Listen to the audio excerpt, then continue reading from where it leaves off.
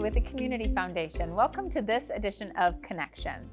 Today my guest is Teree Caldwell-Johnson, the CEO of Oakridge Neighborhood and Neighborhood Services. And we're so excited to be here today because we have something very special in common. It's the Community Foundation's 50th birthday this year, and it's Oakridge Neighborhood's 50th birthday this year as well. So we wanted to give Teree a chance to tell you more about what happens in this incredible neighborhood in our inner city.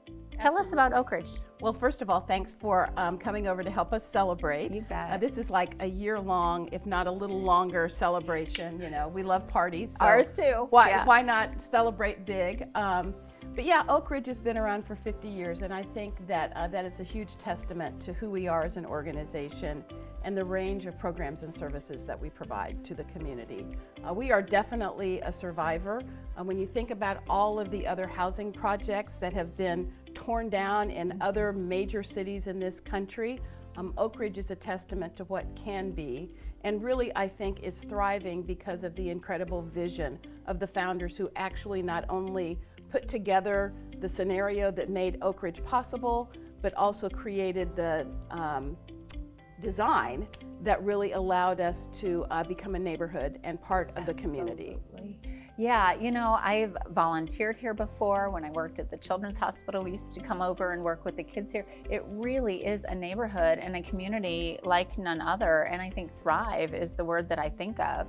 I especially see the kids as they're around this neighborhood and using your community center. The Community Foundation provided a leadership grant to help with programming for youth, specifically in the community center. What kinds of things go on with the kids and youth programming here? Sure.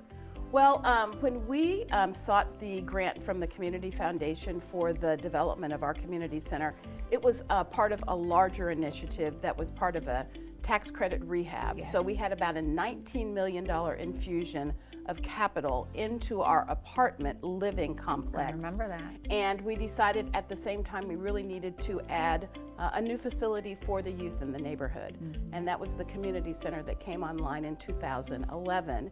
And the Community Foundation was a large part of helping to make that happen. And in that particular facility, we programmed daily for about 250 kids between the hours of about 3:30 in the afternoon and 8 o'clock at night. So it's a huge part of what we do each and every day. And quite frankly, it's because of you that that facility is there to serve the needs of the kids in the neighborhood. Oh, that's nice to say. Tell us more about your childcare center, because I know that is just very well respected in this community and meets all sorts of national standards. It does. So we are very proud of Oak Academy.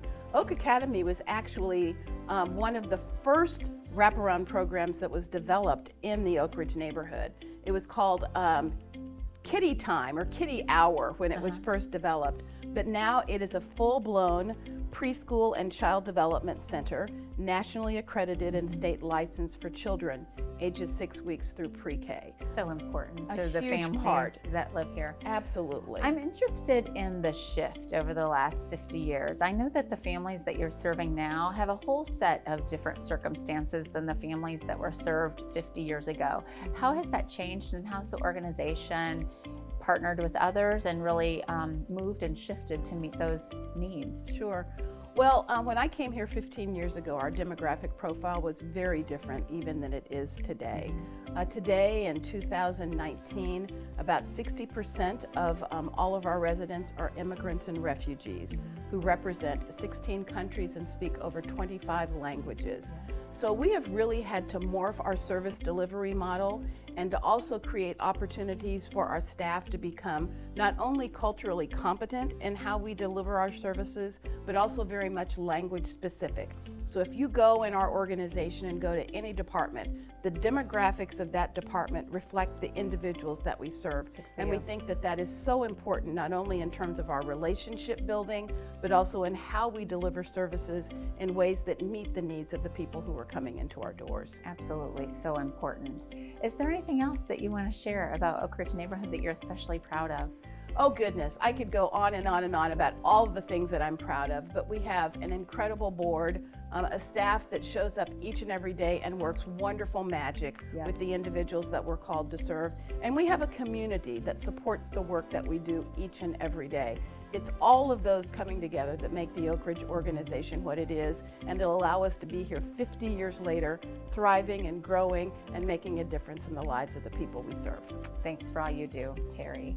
And certainly you can see that this community is better together because of what goes on right here at the Oakridge neighborhood. And I'd say cheers to 50 more years.